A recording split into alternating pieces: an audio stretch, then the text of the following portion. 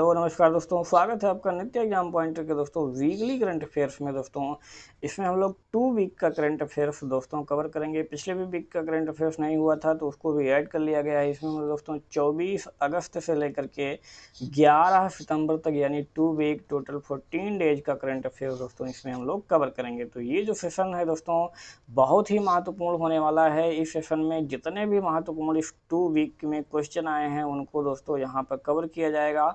और ये जो हमारा करंट अफेयर्स होता है दोस्तों, ये ओनली फॉर करंट अफेयर्स नहीं होता है। इसमें हम लोग स्टैटिक जो है पार्ट वो कवर करते हैं। आप लोगों ने देखा होगा जितने भी स्टेट आते हैं, वो जितने भी अंतर्राष्ट्रीय संगठन आते हैं, वो उनके बारे में हम दोस्तों पूरी राज्य विशेष और जो परियोजनाएं वगैरह सारी चीज़ें होती हैं, वो राष्ट्रीय उद्यान बाघ परियोजना सारी चीज़ें हम बताते हैं दोस्तों। तो काफ़ी जो है प्रयास किया जा रहा है कि इसको अच्छा से अच्छा बनाया जा सके दोस्तों। तो अभी तक हमारे चैनल को सब्सक्राइब नहीं किए हैं, सब्सक्राइब कर लीजिए, साथ ही बेल आइकन को जरूर प्रेस कर दीजिए दोस्तों, ठीक है।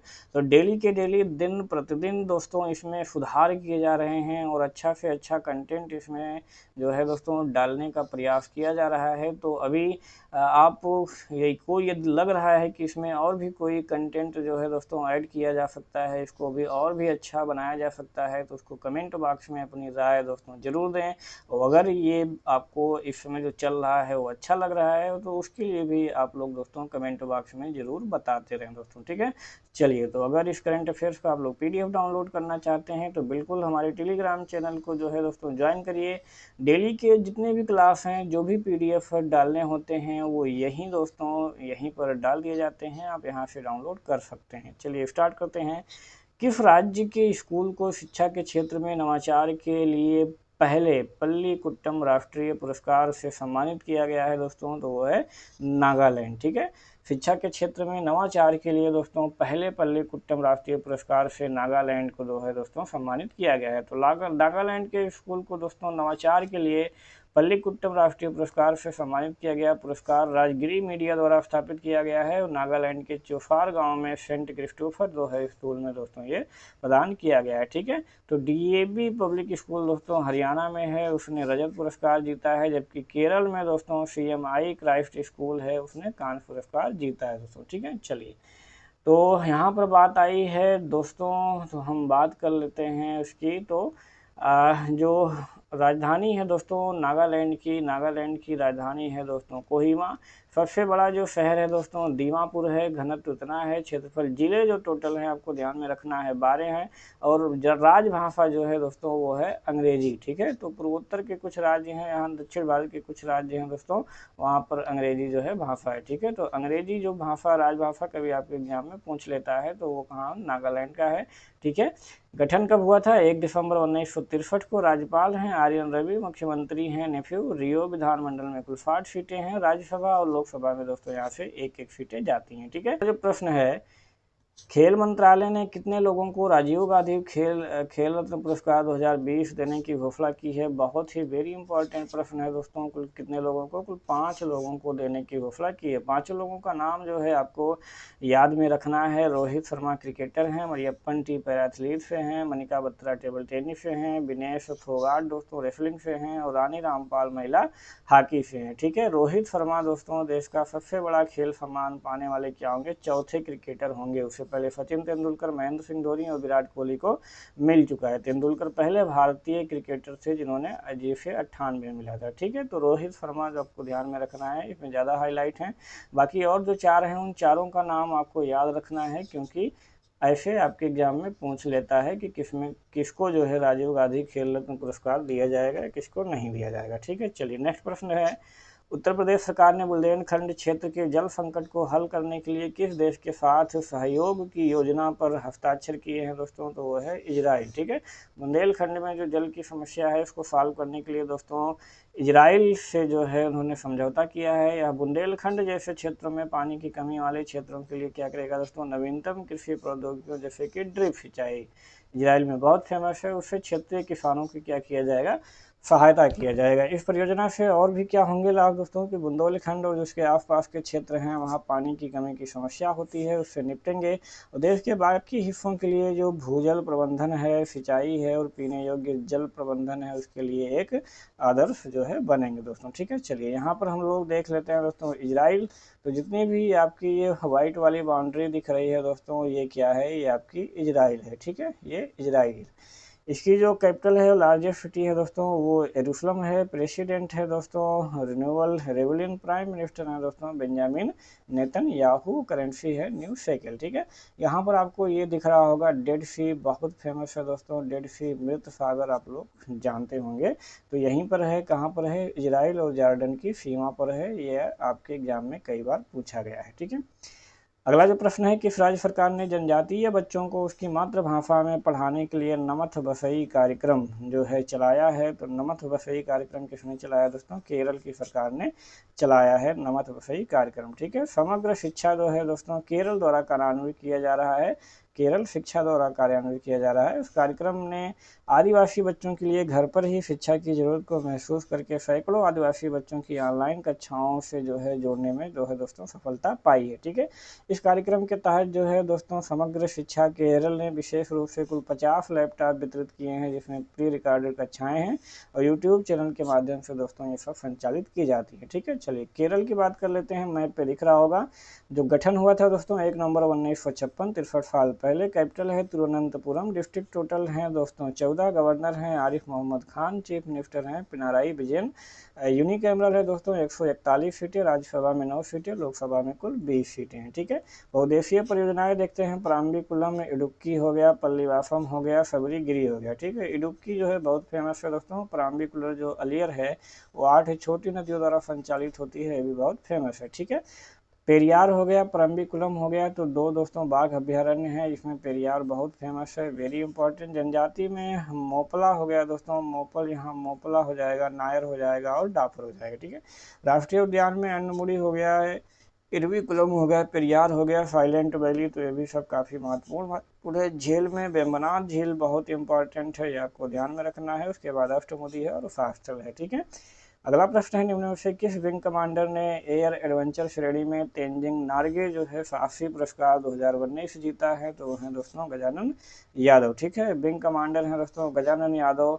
एयर एडवेंचर श्रेणी में तेंजिंग नॉर्गे राष्ट्रीय साहसिक पुरस्कार 2019 जीता है। पैराशूट जंप जो है प्रशिक्षक हैं दोस्तों भारतीय वायुसेना की स्काई डाइविंग टीम आकाश गंगा के ये सदस्य भी हैं। ठीक है, उन्होंने अब तक कुल 2900 से अधिक बार छलांग लगाई है। तो जो तेंजिंग नॉर्गे राष्ट्रीय साहसिक पुरस्कार है दोस्तों, यह साहसिक खेलों के लिए सर्वोच्च राष्ट्रीय पुरस्कार है। इन पुरस्कारों के को अर्जुन पुरस्कार के समकक्ष माना जाता है। ठीक है, तो जैसे वहाँ पे अर्जुन पुरस्कार दिया जाता है, ऐसे साहसिक खेलों में क्या है, तेंजिंग नॉर्गे राष्ट्रीय साहसिक पुरस्कार है। ठीक है, नेक्स्ट जो प्रश्न है, किस राज्य में भारतवर्ष के सबसे लंबे नदी रोपवे का उद्घाटन किया गया है? भारत के सबसे लंबे नदी रोपवे का उद्घाटन किया गया है, तो वह है दोस्तों असम। ठीक है, तो भारत के सबसे लंबे नदी रोपवे का उद्घाटन किया गया है, बहुत ही इंपॉर्टेंट है। ठीक है, यह रोपवे की जो कुल लंबाई है दोस्तों 1.8 किलोमीटर लंबा है और ब्रह्मपुत्र नदी पर गुवाहाटी और उत्तरी गुवाहाटी को आपस में जोड़ता है। ठीक है, ये रोपवे का जो संचालन करेगी वो गुवाहाटी के कचहरी घाट से उत्तरी गुवाहाटी के डोल गोविंदा मंदिर के बीच में किया जाएगा। इस रोपवे से उत्तरी गुवाहाटी और शहर के मध्य हिस्सों के बीच की जो यात्रा का समय है वो घटकर कितना रह जाएगा, 8 मिनट रह जाएगा। ठीक है, निर्माण में कुल 56 करोड़ रुपए की लागत आई है और सभी सुरक्षा उपकरणों का ध्यान में रखा गया है। ठीक है, तो सबसे लंबे नदी रोपवे का उद्घाटन कहाँ किया गया? असम में, ये आपको ध्यान रखना है। लंबाई टोटल 1.8 किलोमीटर है, ये आपको ध्यान में रखना है। ठीक है, चलिए इतनी चीज़ें आपको इसमें ध्यान रखना है। चलिए अब आइए हम लोग मैप पर देखते हैं। ये है दोस्तों असम, राजधानी है दिसपुर, जो कैपिटल है दोस्तों गुवाहाटी। टोटल जिले जो हैं दोस्तों यहाँ 33 हैं। जो भाषा है वो असमिया है। गठन हुआ था 26 जनवरी 1960 को। राज्यपाल हैं जगदीश मुखी। मुख्यमंत्री हैं सर्बानंद सोनोवाल। विधानमंडल एक सदनीय है, 126 सीटें। राज्यसभा में 60 सीटें हैं और लोकसभा की कुल यहाँ से 14 सीटें। ठीक है, बहुदेशीय परियोजनाएं कुल्फी और कोपली है जो कि बहुत फेमस हैं। ये अपने अपने नदियों पर हैं, तो केवल आपको राज्य का नाम याद रखना है। काजीरंगा, मानस, नमेरी और औरंगाई चारों ही दोस्तों टॉप मोस्ट के जो है इंडिया के बाघ अभ्यारण्य है। काजीरंगा जो है एक सींग वाले गैंडे के लिए फेमस है, बहुत आप लोग जानते होंगे। बाकी मानस, नमेरी, औरंगा भी बहुत प्रसिद्ध है। राष्ट्रीय उद्यान सेम है, काजीरंगा, मानस, नमेरी, औरंगा और डुगरी 5 बढ़ जाता है। जनजातियों में देखेंगे बोडो, खासी, मिजो, नागा, ये जो मेघालय में जो पहाड़ियाँ हैं उनके नाम पर हैं। मिकिर हो गया दोस्तों, डिमरी हो गया, गारो हो गया, तो ये सारी जो है जनजातियाँ यहाँ पर पाई जाती हैं। अगला प्रश्न है, हाल ही में मध्य प्रदेश सरकार ने सरकारी नौकरी में प्रदेश के लोगों को निम्न में से कितने प्रतिशत आरक्षण देने की घोषणा की है दोस्तों? तो वो है टोटल 100%। ठीक है, 100% जो है दोस्तों आरक्षण की घोषणा जो है की है दोस्तों। ठीक है, 10वीं या 12वीं की परीक्षा जो मध्य प्रदेश से उत्तीर्ण करेंगे वही प्रदेश की सेवा के लिए पात्र होंगे। ठीक है, पहले पूर्व मुख्यमंत्री थे कमलनाथ, उन्होंने स्थानीय लोगों के लिए दोस्तों निजी क्षेत्र की नौकरियों में 70% का आरक्षण दिया था।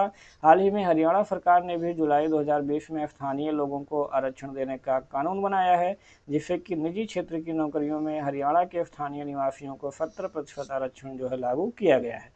तो यहाँ पर आप मैप में देख सकते हैं, ये है दोस्तों मध्य प्रदेश, राजधानी है भोपाल, सबसे बड़ा शहर है दोस्तों इंदौर। गठन हुआ था 1 नवंबर 1956 को। राज्यपाल हैं आनंदीबेन पटेल, मुख्यमंत्री हैं शिवराज सिंह चौहान।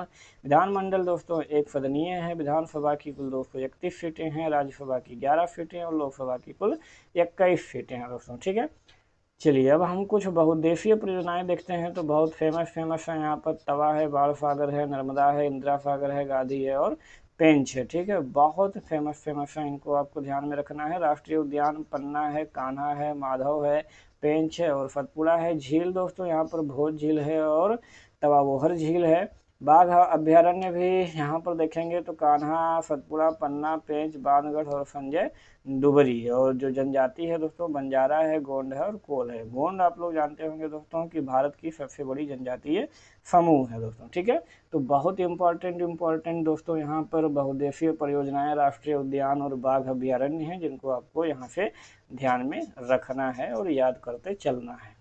अगला जो प्रश्न है, केंद्र सरकार ने हाल ही में रक्षा अनुसंधान और विकास संगठन DRDO के अध्यक्ष जी सतीश रेड्डी के कार्यकाल को कितने साल के लिए बढ़ा दिया है दोस्तों? तो 2 साल के लिए बढ़ा दिया गया है। ठीक है, तो प्रख्यात वैज्ञानिक है डॉक्टर सतीश रेड्डी, रक्षा अनुसंधान विकास संगठन यानी DRDO के अध्यक्ष के तौर पर 2 वर्ष का सेवा विस्तार इनका कर दिया गया है। ठीक है, DRDO के बारे में देखते हैं। तो रक्षा अनुसंधान एवं विकास संगठन defence research and development organisation है दोस्तों। फाउंडेशन जो हुआ था दोस्तों 1958 में और हेडक्वार्टर है DRDO भवन न्यू दिल्ली। मोटो है संस्कृत में बलस्य मूलम विज्ञानम और इंग्लिश में है strength origin is in knowledge. ठीक है, जो मिनिस्टर जो है रिस्पॉन्सिबल हैं वो कौन है? Rajnath Singh, minister of defence. और जो एजेंसी एग्जीक्यूटिव है दोस्तों वो कौन है? डॉक्टर जी सतीश रेड्डी, आपको पीछे बताया गया, चेयरमैन है DRDO के। ठीक है, पेरेंट जो एजेंसी है वो कौन है? Ministry of defence. ठीक है, उसी के अंडर में ये काम करती है। अगला प्रश्न है, राष्ट्रीय शिक्षा नीति यानी EP लागू करने वाला राष्ट्र का पहला राज्य निम्न में से कौन होगा? वेरी इंपॉर्टेंट प्रश्न है। तो वो कौन होगा दोस्तों? कर्नाटक। ठीक है, होगा।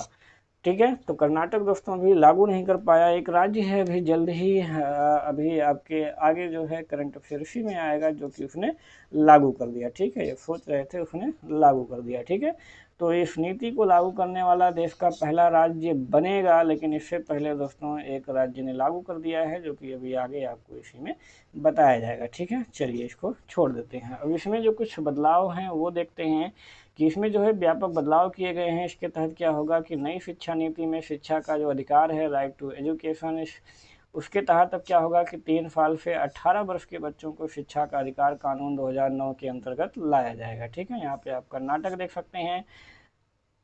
गठन जो हुआ था 1 नवंबर 1956 को।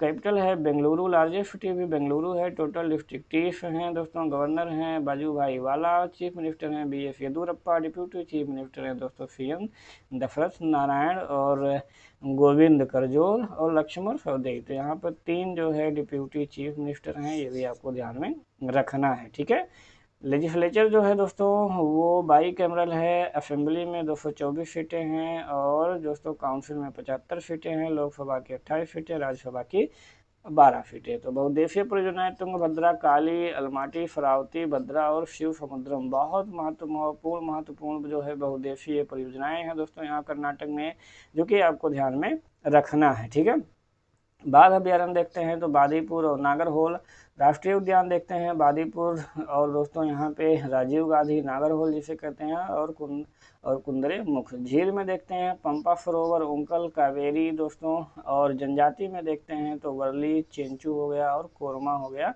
कोरमा यहाँ की जनजाति काफ़ी फेमस है। अगला जो प्रश्न है, हाल ही में सशस्त्र बल विशेष शक्तियाँ अधिनियम अफस्पा को कितने महीने के लिए बढ़ा दिया गया है दोस्तों? तो 6 महीने के लिए असम में बढ़ा दिया गया है, ठीक है, 6 महीने के लिए बढ़ा दिया गया है, ठीक है। तो अधिनियम को दोस्तों 18 अगस्त से 6 और महीने के लिए बढ़ा दिया गया है। यह सुरक्षा कानूनों को बिना किसी पूर्व सूचना कार्यवाही करने और किसी को भी कहीं भी गिरफ्तार करने का जो है आदेश देता है दोस्तों, ठीक है। असम में यह नवंबर 1990 से जारी है और 6-6 महीने पर यह बढ़ाते जाते हैं, ठीक है। तो इसके बारे में अभी पीछे आपको सारी जानकारियाँ प्रदान कर दी गई हैं, एक बार इसको आप लोग फिर से अपना देख लीजिएगा, ठीक है। चलिए अगला आते हैं, सरकार द्वारा बायोफ्लॉक तकनीकी को बढ़ावा देने के लिए एक नई नीति शुरू की गई है दोस्तों, किस राज्य सरकार द्वारा? तो उड़ीसा सरकार द्वारा शुरू की गई है। उड़ीसा सरकार ने बायोफ्लॉक तकनीकी के जरिए दोस्तों मत्स्य पालन को बढ़ावा दिया है, और इस योजना के तहत मत्स्य पालन में बायोफ्लॉक तकनीकी के माध्यम से मत्स्य पालन को बढ़ावा देने के लिए शुरू किया गया। बायोफ्लॉक आधारित जो मछली पालन है वो एक ऐसी तकनीकी है जिसमें सीमित क्षेत्र में ही मछली पालन संभव है, और इसके लिए पारंपरिक तौर पर पानी की अधिक मात्रा और अधिक ज़मीन की ज़रूरत नहीं होती है, ठीक है। तो ये सारी चीज़ें आपको ध्यान में रखना है। अब इसमें होता क्या है, इस तकनीकी से जो टैंक में अपशिष्ट कार्बनिक पदार्थ होते हैं यानी प्रोबायोटिक्स और कार्बन स्रोतों जैसे कि सारी सीरा के उपयोग से बचता है, मछली के भोजन में वही क्या हो जाता है, परिवर्तित हो जाता है, ठीक है। तो राज्य सरकार उन उद्यमियों को 40% की सब्सिडी भी प्रदान करेगा जो मछली का उत्पादन करने के लिए नई जैव प्रणाली शुरू करना चाहते हैं, ठीक है।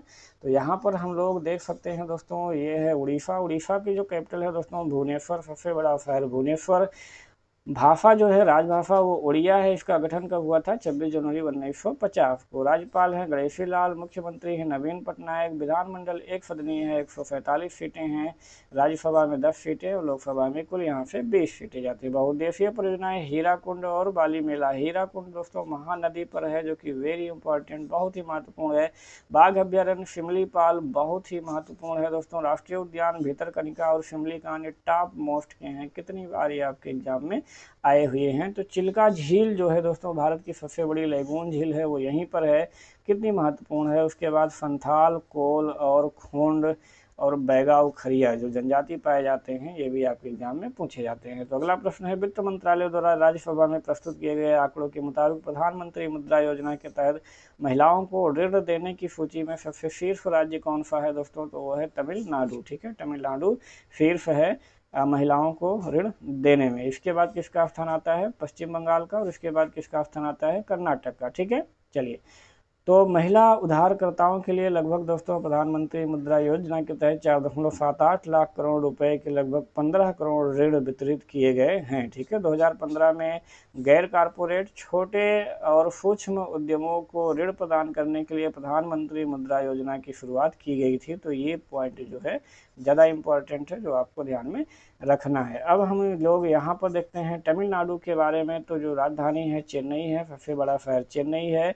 जिले कुल दोस्तों यहाँ पर 32 हैं। राजभाषा तमिल है। ये राजभाषा इधर के जो दक्षिण वाले हैं इनको ध्यान में रखना है। गठन हुआ था 26 जनवरी 1950 को। राज्यपाल हैं दोस्तों बनवारी लाल पुरोहित, मुख्यमंत्री हैं के पलानास्वामी, विधानमंडल एक सदनीय है, विधानसभा में कुल 235 सीटें हैं, राज्यसभा में 18 सीटें हैं, लोकसभा में कुल 39 सीटें हैं, ठीक है। बहुउद्देशीय परियोजनाएं पेरियार, मेट्टर और पायकारा। पेरियार दोस्तों काफ़ी फेमस है, वेरी इंपॉर्टेंट, जो कि आपको ध्यान में रखना है। बाघ अभ्यारण्य कालकल, अन्नामलाई, मुदुमलाई और सत्यमंगलम, ये 3 जो है काफ़ी इंपॉर्टेंट है, टॉप मोस्ट के हैं दोस्तों। अन्नामलाई 2007 में, मुदुमलाई भी 7 में, अगस्ता मलाई नया अभी 2013 में बना है। राष्ट्रीय उद्यान गिंडी हो गया, मन्नार हो गया, मैरीन हो गया दोस्तों, इंदिरा गांधी हो गया जिसे कि अन्नामलाई कहते हैं, और पलानी पहाड़ी काफ़ी महत्वपूर्ण है।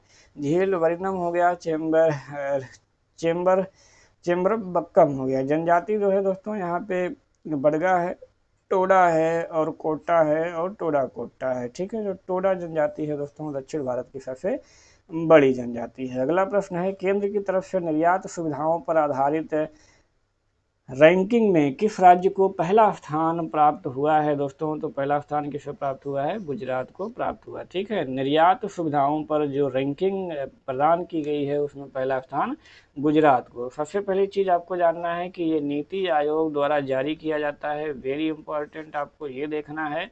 और जो निर्यात तत्परता सूचकांक 2020 है उसमें गुजरात शीर्ष पर है। इसके बाद महाराष्ट्र का स्थान दूसरा है और तमिलनाडु का स्थान तीसरा है। ठीक है, तो शीर्ष जो 10 स्थान पाए हैं उसमें 8 कौन है? तटीय राज्य हैं। ठीक है, तटीय राज्यों में 6 जो है जगह बनाने में कामयाब रहे हैं। ठीक है, सूचकांक से पता चलता है कि किस राज्य में निर्यात को बढ़ावा देने के लिए कितनी सुविधाएं उपलब्ध है। भूमि से घिरे अगर राज्यों में बात किया जाए तो राजस्थान का प्रदर्शन दोस्तों सबसे अच्छा रहा है भूमि से घिरे वाले में। ठीक है, क्योंकि जितने भी तटीय राज्य हैं उनमें जाहिर सी बात है कि निर्यात की सुविधा अच्छी होगी। तो गुजरात के बारे में बात कर लेते हैं दोस्तों। तो कैपिटल जो है वो है गांधीनगर, लार्जेस्ट सिटी अहमदाबाद है दोस्तों। डिस्ट्रिक्ट जो है कुल कितने हैं? 33 हैं। ठीक है, गवर्नर हैं आचार्य देवव्रत, चीफ मिनिस्टर हैं विजय रूपानी। जो लेजिस्लेचर है यूनिकैमरल, विधानसभा की कुल 182 सीटें हैं, राज्यसभा में 11 सीटें और लोकसभा में 26 सीटें हैं दोस्तों। ठीक है, बहुउद्देशीय परियोजना एक है, वो है दोस्तों कदाना,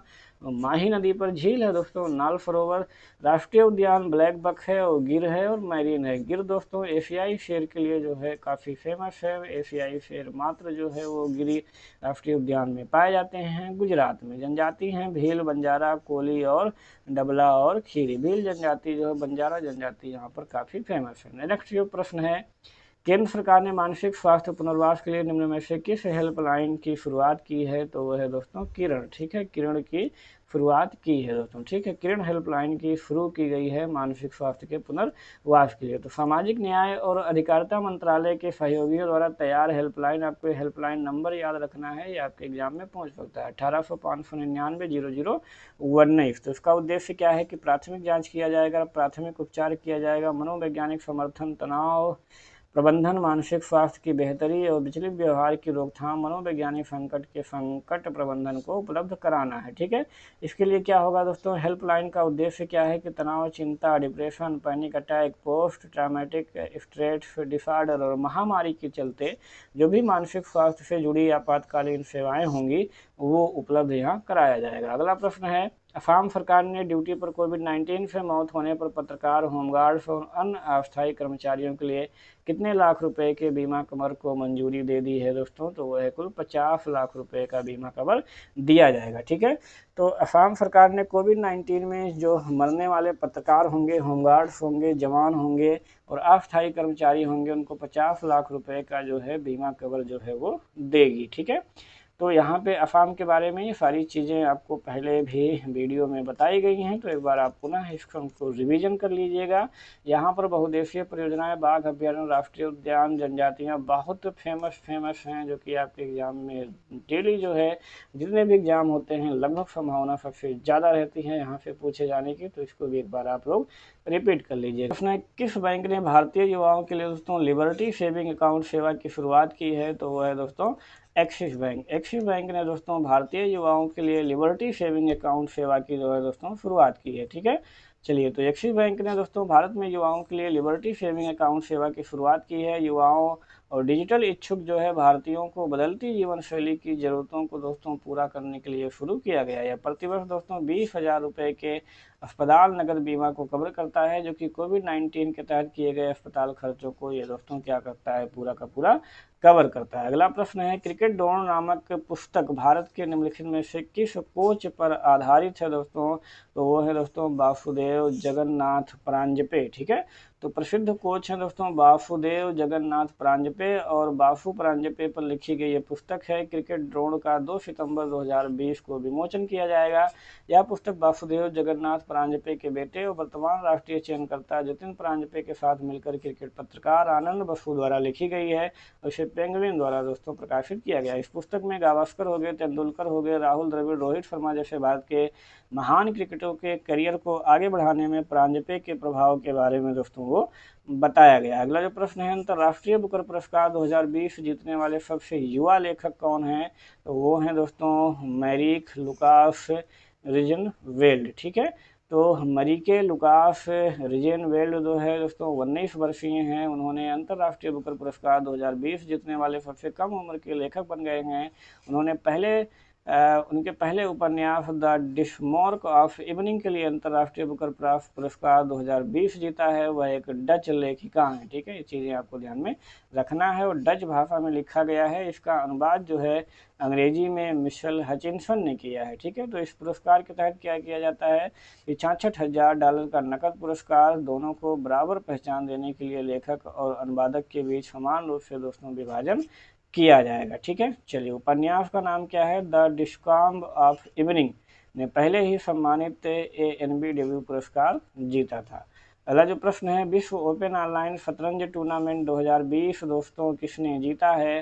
तो वो जीता है किसने? पी इनियन ने। ठीक है, पी इनियन ने। तो भारतीय ग्रैंड मास्टर पी इनियन ने प्रतिष्ठित वार्षिक पुरस्कार ओपन ऑनलाइन शतरंज टूर्नामेंट का खिताब जीता है। संभावित 9 में से 7.5 अंक जुटाए हैं और वह है 6 जीत और 3 ड्रा मैच के साथ दोस्तों इस समय शीर्ष पर हैं। ठीक है, चलिए और आगे देखते हैं। तो किस राज्य ने ईज ऑफ डूइंग बिजनेस 2019 की रैंकिंग में शीर्ष स्थान प्राप्त किया है? बहुत ही इंपॉर्टेंट प्रश्न है दोस्तों। तो वो कौन है दोस्तों? आंध्र प्रदेश। ठीक है, पुनः आंध्र प्रदेश जो है फर्स्ट नंबर पर आया है। ठीक है, तो ईज ऑफ डूइंग बिजनेस 2019 में रैंकिंग के मामले में दोस्तों आंध्र प्रदेश पुनः अपनी स्थिति बरकरार रखते हुए पहले स्थान पर आया है।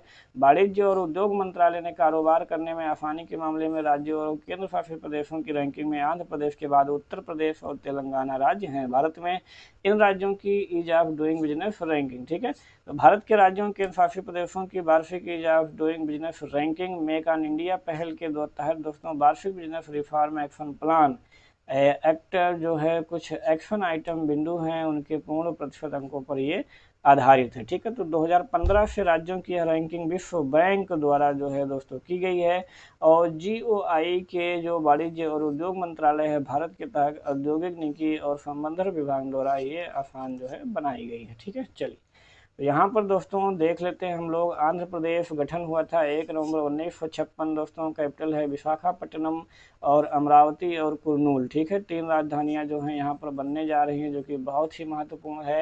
हैदराबाद अभी चली रही है। लार्जेस्ट सिटी है दोस्तों विशाखापट्टनम। गवर्नर हैं विश्वभूषण हरिचंदन और चीफ मिनिस्टर हैं YS Jaganmohan Reddy. Legislature bicameral है। विधानसभा की 175, विधान परिषद की 58 सीटें, राज्यसभा में 11 सीटें, लोकसभा में कुल 25 सीटें। ठीक है, बहुउद्देशीय परियोजनाएं बहुत फेमस हैं। श्रीशैलम हो गया, नागार्जुन परियोजना हो गया, दोनों कृष्णा नदी पर है, बहुत ही फेमस है दोस्तों। इसके बाद रामागुंडम हो गया और मचकुंड हो गया और पोचमपाद हो गया। ठीक है, ये तीनों गोदावरी पर है। ये मचकुंड पर है और ये भी गोदावरी पर। बाघ अभ्यारण्य नागार्जुन सागर बहुत ही फेमस है दोस्तों। श्रीशैलम भारत के सबसे बड़ा बाघ रिजर्व दोस्तों नल्लामलाई पर्वत श्रेणी में है। ठीक है, झील में देखेंगे दोस्तों तो कालोरी और पुलिकट काफ़ी इंपॉर्टेंट है जो कि आपके एग्जाम में पूछा गया है दोस्तों। ये आंध्र प्रदेश और तमिलनाडु के बिल्कुल बॉर्डर पे। राष्ट्रीय उद्यान देखेंगे राजीव गांधी, श्री वेंकटेश्वर महावीर, हरीना वनस्थली, ये सब कहाँ है? आंध्र प्रदेश में। जनजाति प्रधान कोलम, कोंचा, जटापा और वाल्मीकि यहाँ पे पाए जाते हैं। 21वां नंबर प्रश्न है कि किस राज्य में हरियाली सुनिश्चित करने के लिए आई रखवाली मोबाइल ऐप लॉन्च किया है? तो लॉन्च किया दोस्तों पंजाब सरकार ने। ठीक है, तो हरियाली बनाए रखने के लिए पंजाब में पर्यावरण संरक्षण के लिए दोस्तों आई रखवाली ऐप लॉन्च किया गया है। यह क्या करेगा दोस्तों कि लोगों को अधिक से अधिक पेड़ लगाने और ग्रीनरी सेवियर्स बनने के लिए प्रेरित करेगा और पेड़ों की जो अवैध कटाई करते हैं साथ साथ वनों को किसी भी तरह की क्षति से रोकने के लिए भी इसका प्रयोग दोस्तों वो किया जाएगा। अगला जो प्रश्न है, हाल ही में केशवानंद भारती का निधन हो गया। सुप्रीम कोर्ट के निम्नलिखित में से किस ऐतिहासिक फैसले के याचिका करता थे दोस्तों? तो बहुत ही महत्वपूर्ण और बहुत ही इम्पोर्टेंट है दोस्तों। तो सर्वोच्च न्यायालय संविधान की बुनियादी संरचना का संरक्षक है। ठीक है, तो ये जो है ऐतिहासिक फैसला दिया था कि जो सर्वोच्च न्यायालय है दोस्तों संविधान की बुनियादी संरचना का संरक्षक है। ठीक है, चलिए यहीं पर दोस्तों बहुत सारे जो है निर्णय लिए गए थे इस वाद में, जो कि काफ़ी इम्पोर्टेंट है। आप जो है पॉलिटी में इसे अच्छी तरीके से पढ़ सकते हैं। तो सुप्रीम कोर्ट ने दोस्तों केशवानंद भारती की याचिका पर संविधान के बुनियादी ढांचे से संबंधी ऐतिहासिक फैसला सुनाया था। भूमिहीन किसानों को जमीन बांटने के उद्देश्य से केरल सरकार द्वारा पारित भूमि सुधार कानून के खिलाफ केशवानंद भारती ने शीर्ष अदालत का रुख अपनाया था। केशवानंद भारती बनाम केरल राज्य के नाम से ये वाद है, जो कि बहुत फेमस है। ठीक है, यह मामला संविधान की सीमा को संशोधित करने के लिए संसद की शक्ति का जवाब मांग रहा था। इसका उत्तर दोस्तों 13 न्यायाधीशों की संविधान पीठ द्वारा किया गया। जो संविधान की बुनियादी संरचना अप्रचलित है, इसे संसद द्वारा संशोधित नहीं किया जा सकता है। ठीक है, इसी में बुनियादी संरचना का वो दोस्तों न्याय दिया था सुप्रीम कोर्ट ने, और ये भी कहा था कि जो बुनियादी ढांचा है इसे संसद द्वारा भी संशोधित नहीं किया जा सकता है। ठीक है, बुनियादी संरचना क्या है? तो बुनियादी संरचना को इस मामले में अदालत द्वारा दोस्तों परिभाषित नहीं किया गया है। केवल कुछ सिद्धांत हैं, जैसे संघवाद, धर्मनिरपेक्षता, लोकतंत्र आदि सारे जो हैं कुछ चीज़ें बता दी गई हैं, और जो भी चीज़ें हैं वो सर्वोच्च न्यायालय ने कहा कि समय आने पर हम बताते रहेंगे कि बुनियादी ढांचा क्या क्या है। ठीक है, चलिए अगला जो प्रश्न है, किस राज्य या केंद्र शासित प्रदेश में सर्वप्रथम कैनबिस दवा परियोजना स्थापित की जाएगी दोस्तों? तो वो कौन सा है? जम्मू और कश्मीर। ठीक है, जिसमें कैनबिस दवा परियोजना जो है दोस्तों वो किया जाएगा। कैबिनेट मंत्री हैं दोस्तों जितेंद्र सिंह, उन्होंने घोषणा की है कि जम्मू में Indian institute of integrative medicine यानी IIIM में कनाडा के सहयोग से पहली बार कैनबिस दवा परियोजना की स्थापना की जाएगी। केंद्र शासित प्रदेश UT बनने के बाद जम्मू और कश्मीर में यह पहला जो है बड़ा विदेशी निवेश होगा। कैनबिस दवा के बारे में थोड़ा सा देख लीजिए कि ये क्या है। तो कैंसर, मधुमेह आदि से पीड़ित रोगियों के लिए दर्द निवारक दवा बनाने के लिए इसका इस्तेमाल किया जाता है दोस्तों। ठीक है, चलिए यहाँ पे आप देख सकते हैं दोस्तों, ये है जम्मू और कश्मीर। बहुउद्देशीय परियोजनाएं कुछ बहुत फेमस है। तुलबुल है झेलम पर दोस्तों, उरी है झेलम पर, सलाल है चिनाब पर, दुलहस्ती है चिनाब पर, किशन गंगा है किशन गंगा पर। तो बहुत फेमस है, आपको इनको ध्यान में रखना है। झील जो है उलर झील, आप लोग जानते होंगे, भारत की सबसे बड़ी ताजे पानी की झील है। डल झील है और जानफर झील है। राष्ट्रीय उद्यान डचीगाम, जो कि बहुत ही फेमस है, वेरी इंपॉर्टेंट। यहाँ पे सिटी फॉरेस्ट है सलीम अली, ये भी काफ़ी इम्पॉर्टेंट है। ठीक है, दर्रा में काराकोरम बुर्जिल हो गया, बनिहाल हो गया, पीर पंजाल हो गया, जो कि जम्मू और कश्मीर में। अगला प्रश्न है कि हाल ही में किसे इंदिरा गांधी शांति पुरस्कार 2019 से सम्मानित किया गया है? बहुत ही महत्वपूर्ण है दोस्तों, तो ये है सर डेविड एटनबरो। ठीक है, इंदिरा गांधी शांति पुरस्कार से सम्मानित किया गया है सर डेविड एटनबरो को। तो 7 सितंबर 2020 को वर्ष 2019 के लिए प्रतिष्ठित ये पुरस्कार दोस्तों दिया गया है। एटनबरो के बारे में देखें तो अंग्रेजी प्रसारक और प्राकृतिक इतिहासकार हैं। BBC नेचुरल हिस्ट्री यूनिट के साथ मिलकर लिखने, डॉक्यूमेंट्री के लिए जाने जाते हैं। कई पीढ़ियों को शिक्षित करने और पृथ्वी पर जैव विविधता को संरक्षित करने के लिए इन्होंने अथक पुरस्कार किया है दोस्तों। ठीक है, पुरस्कार के बारे में देखें तो इंदिरा गांधी मेमोरियल ट्रस्ट द्वारा प्रतिवर्ष दोस्तों ये दिया जाता है 1986 से। ठीक है, इसमें 25 लाख रुपए मौद्रिक पुरस्कार जो है दोस्तों दिया जाता है। ठीक है, अगला जो प्रश्न है, किस राज्य केंद्र शासित प्रदेश ने फलों और सब्जियों को ऑपरेशन ग्रीन के टॉप टू टोटल योजना के तहत कवर किया है दोस्तों? तो वो है पुनः जम्मू और कश्मीर। ठीक है, जम्मू कश्मीर ने फलों सब्जियों को मूल्य स्थिरीकरण के लिए ऑपरेशन ग्रीन्स के टॉप टू टोटल योजना का विस्तार किया है। इसका महत्व क्या है कि फल और सब्जियां उगाने वाले किसानों को सहयोग देना, संकट की बिक्री से बचाना और मूल्य स्थिरीकरण हस्तक्षेप नीति को दायरे में लाना।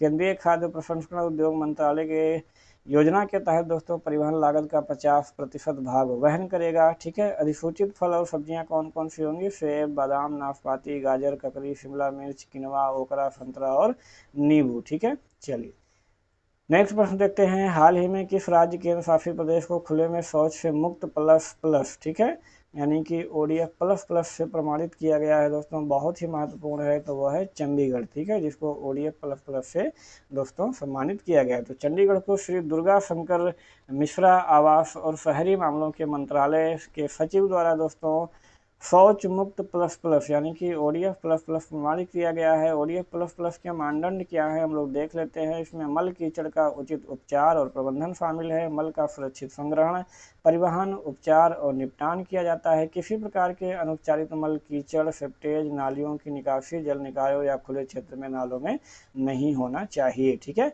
अन्य विशेषताएं और क्या है दोस्तों कि हरियाणा के सभी शहरी स्थानीय निकायों को खुले में शौच ओडीएफ प्रमाणित या सत्यापित किया गया है। पंजाब के सभी शहरों को भी ओडीएफ प्रमाणित और सत्यापित किया गया है। ठीक है, अगला जो प्रश्न है, हाल ही में निम्नलिखित में से किस सेना ने रियल मैंगो नामक अवैध सॉफ्टवेयर रैकेट के संचालक को नाकाम किया है दोस्तों? तो वो रेलवे सुरक्षा बल ने। ठीक है, रियल मैंगो नामक अवैध सॉफ्टवेयर रैकेट चल रहा था, तो रेलवे सुरक्षा बल ने दोस्तों एक देशव्यापी अन्वेषण में एक अवैध सॉफ्टवेयर रियल मैंगो के संचालन को नाकाम किया है। इसका उपयोग रेलवे आरक्षण की पुष्टि के लिए किया जाता है। आरपीएफ ने असम, बिहार, गुजरात, पश्चिम बंगाल में करीब 50 गिरफ्तारियां की हैं। रियल मैंगो सॉफ्टवेयर क्या है, इसके बारे में देख लेते हैं। तो रियल मैंगो सॉफ्टवेयर दोस्तों IRCTC की वेबसाइट पर तत्काल बुकिंग के लिए विकसित एक अवैध कुख्यात सॉफ्टवेयर है। यह अवैध और आमतौर पर प्रतिबंधित सॉफ्टवेयर एक फ्लाई स्पीड पर भारतीय रेल टिकट बुकिंग की पूरी प्रक्रिया करता है। अवैध बिटकॉइन भुगतान क्या है कि सभी अवैध जो दोस्तों गतिविधियां हैं, इसमें भुगतान विकल्प के रूप में बिटकॉइन का उपयोग किया जाता है। कारण यह है कि बिटकॉइन के माध्यम से भुगतान करते समय सरकार को लेन देन पर कोई नियंत्रण और प्रतिबंध नहीं होता है। बिटकॉइन क्या है तो ये भी जान लीजिए। 2008 में एक अनजान व्यक्ति या समूह द्वारा इसको आविष्कार किया गया एक क्रिप्टो करेंसी है दोस्तों, जो कि सतोशी नाकामोतो नाम का उपयोग करता है दोस्तों। ठीक है, चलिए अगला जो प्रश्न है, वैज्ञानिक गोविंद स्वरूप का हाल ही में निधन हो गया, उन्हें किस रूप में जाना जाता है? तो उन्हें भारतीय रेडियो खगोल विज्ञान के जनक के रूप में जाना जाता है, गोविंद स्वरूप को। ठीक है, चलिए आगे देखते हैं। गोविंद स्वरूप जिनका हाल ही में निधन हो गया, उन्हें भारतीय रेडियो खगोल विज्ञान के जनक के रूप में जाना जाता है। वह रेडियो खगोल विज्ञान के अग्रदूतों में से एक थे। उनके प्रमुख योगदान को अगर देखते हैं कि Tata institute of fundamental research के पुणे स्थित national centre for radio astrophysics के संस्थापक और निदेशक थे दोस्तों। ठीक है, अगला प्रश्न है, हाल ही में पत्रिका गेट का उद्घाटन किया गया है, यह किस शहर में स्थित है दोस्तों? तो ये जयपुर में स्थित है। ठीक है, प्रधानमंत्री श्री नरेंद्र मोदी ने दोस्तों वीडियो कॉन्फ्रेंसिंग के जरिए जयपुर में पत्रिका गेट का उद्घाटन किया है। प्रमुख बिंदु अगर देखें दोस्तों, तो इसका निर्माण राजस्थान पत्रिका समूह प्रकाशन द्वारा किया गया है। इसका नाम अखबार और मीडिया कंपनी राजस्थान पत्रिका से लिया गया है। जयपुर विकास प्राधिकरण मिशन अनुपम के तहत एक स्मारक के रूप में बनाया गया एक प्रतिष्ठित द्वार है दोस्तों। ठीक है, यह एक पारंपरिक वास्तुकला से प्रेरित है और इसमें झरोखे, मंडप, छतरियां, पोल हैं दोस्तों। यूनेस्को द्वारा विश्व धरोहर स्थल के रूप में जयपुर को मान्यता दी गई है और पत्रिका गेट का निर्माण इसी को ध्यान में रखते हुए किया गया था दोस्तों। तो राजस्थान आ गया है, तो हम लोग राजस्थान के बारे में थोड़ा देख लेते हैं। कैपिटल है दोस्तों जयपुर, लार्जेस्ट सिटी भी है जयपुर।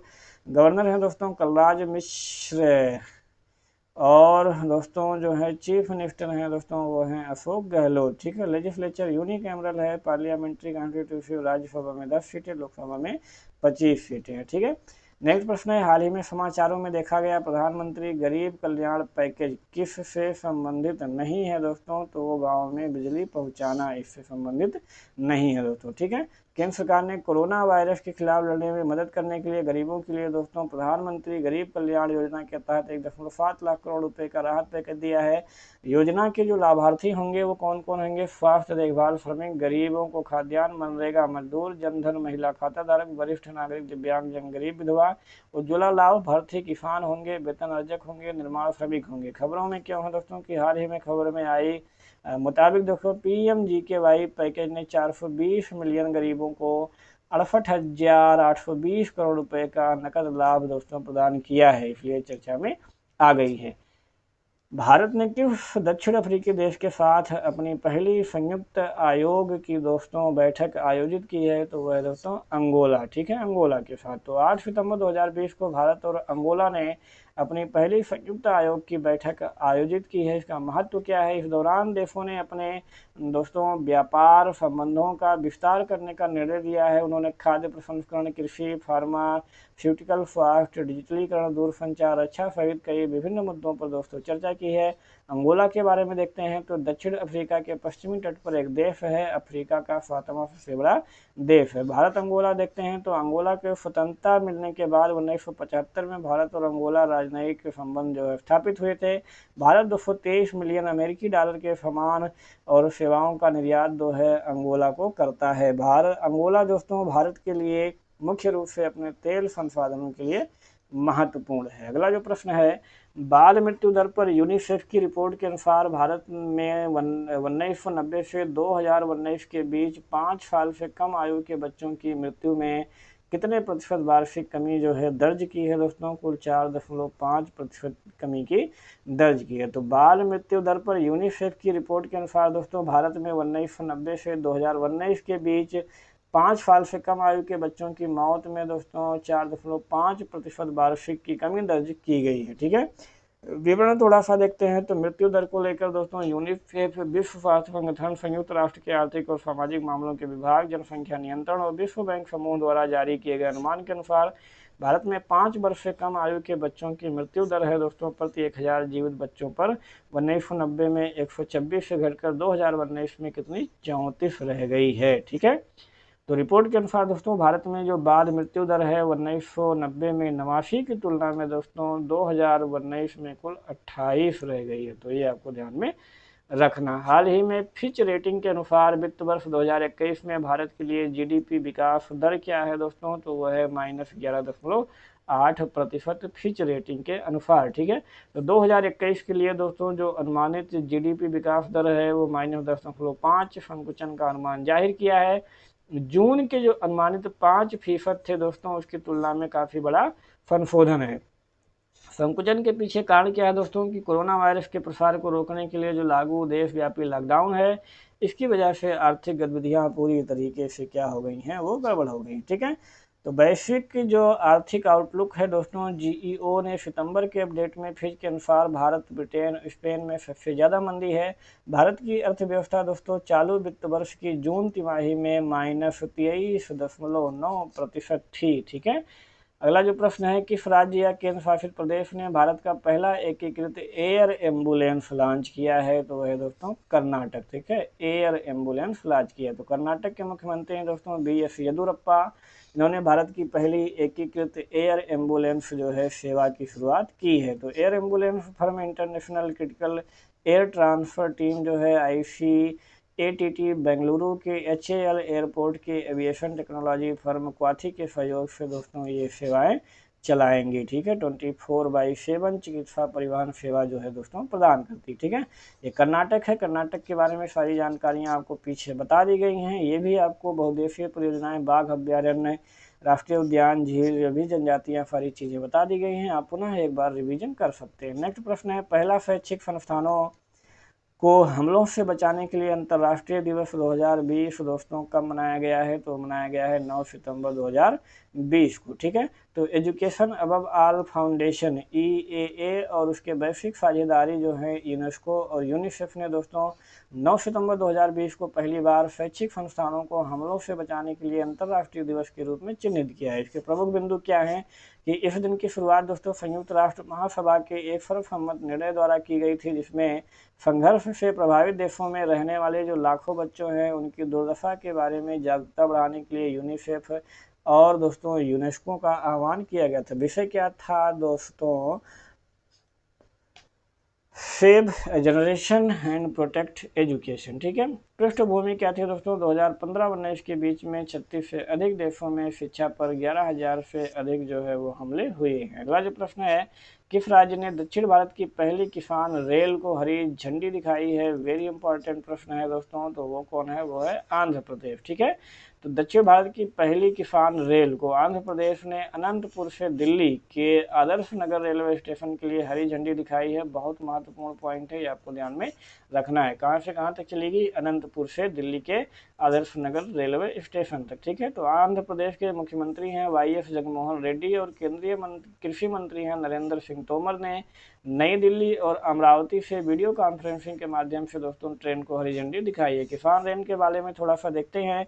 यह दूर के स्थानों तक कृषि उपज को त्वरित परिवहन में मदद करने के लिए शुरू की गई है। इससे किसान आय को दोगुना करने के लक्ष्य को ध्यान में रख करके चालू किया गया है। इससे क्या होगा कि कृषि निर्यात को भी बढ़ाने में मदद मिलेगी। ठीक है, तो पुनः यहाँ दोस्तों आंध्र प्रदेश आ गया है, इसके बारे में जानकारी आपको पहले सारी दे दी गई हैं। आप इसको पुनः जो है यहाँ पर रिवीजन ये सारी चीज़ें आप लोग कर सकते हैं। ठीक है, पुनः एक बार रिवाइज कर लीजिएगा। अगला जो प्रश्न है, भारतीय बैंकिंग संघ ने ईज 2.0 सूचकांक में किस बैंक को सबसे शीर्ष स्थान पर रखा है दोस्तों? तो वो है बैंक ऑफ बड़ौदा। ठीक है, बैंक ऑफ बड़ौदा को शीर्ष स्थान पर दोस्तों इसने रखा है। तो भारतीय स्टेट बैंक हो गया, ओरिएंटल बैंक ऑफ कॉमर्स हो गया को क्रमशः दोस्तों दूसरा और तीसरा स्थान प्राप्त हुआ है।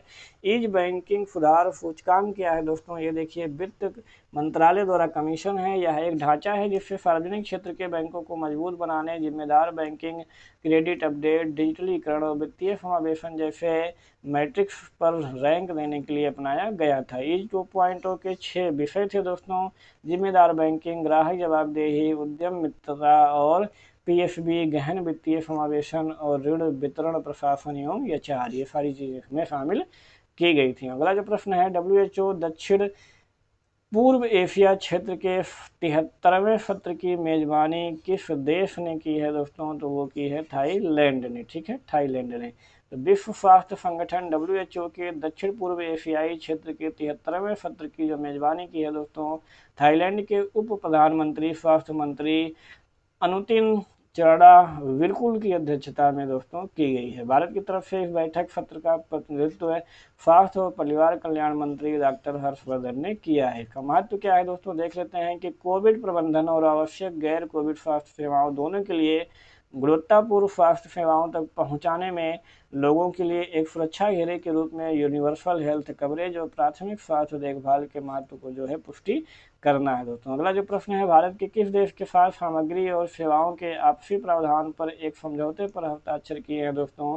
तो वो है जापान। ठीक है, भारत और जापान ने टेलीफोन पर अपनी वार्षिक जो है शिखर बैठक आयोजित की, जैसा कि दिल्ली और टोक्यो ने भारतीय सशस्त्र बल जापानी आत्मरक्षा बल के बीच सामग्री और सेवाओं के पारस्परिक प्रावधान पर एक बहुप्रतीक्षित समझौते पर दोस्तों हस्ताक्षर किए। इस अनुबंध पर क्या होगा कि भारत की तरफ से रक्षा सचिव डॉक्टर अजय कुमार और जापान की तरफ से राजदूत श्री सुजुकी हतोशी ने हस्ताक्षर किए हैं। महत्व देख लेते हैं, इससे क्या होगा कि चीन की आक्रामक नीतियों के बीच भारत प्रशांत क्षेत्र के स्वतंत्र और खुले होने की पुष्टि करने के लिए यह दोनों देशों के नौसेनाओं के लिए एक पारस्परिक तार्किक जो है दोस्तों संधि है। इसमें भारतीय विमानों के लिए दक्षिण चीन सागर और प्रशांत जैसे क्षेत्रों में परिचालन करना क्या हो जाएगा? आसान हो जाएगा, जो कि बहुत ही महत्वपूर्ण पॉइंट है। ठीक है, चलिए दोस्तों, तो खत्म करते हैं दोस्तों आज का करंट अफेयर्स हम लोग यहीं पर दोस्तों। ठीक है, तो कैसा लगा आज का करंट अफेयर्स ये दोस्तों आप लोग कमेंट करके ज़रूर बताइएगा दोस्तों। ठीक है, ये पूरा हम लोगों ने 14 दिन यानी कि 2 वीक दोस्तों इसमें कवर किया हुआ है। काफ़ी महत्वपूर्ण पॉइंट हैं और काफ़ी जो है अच्छी चीज़ें इसमें कवर भी की गई हैं दोस्तों। ठीक है, तो चलिए आप लोग सुझाव दोस्तों ज़रूर देते रहिए, क्या सुधार किया जा सकता है, क्या और ऐड किया जा सकता है, कैसे इसको बेहतर से बेहतर बनाया जा सकता है दोस्तों, वो आप लोग अपना समझ करके, आपका चैनल है, इससे ज़्यादा से ज़्यादा जो है सुझाव दोस्तों देते रहें। तो थैंक्स फॉर वॉचिंग। जय हिंद, जय भारत।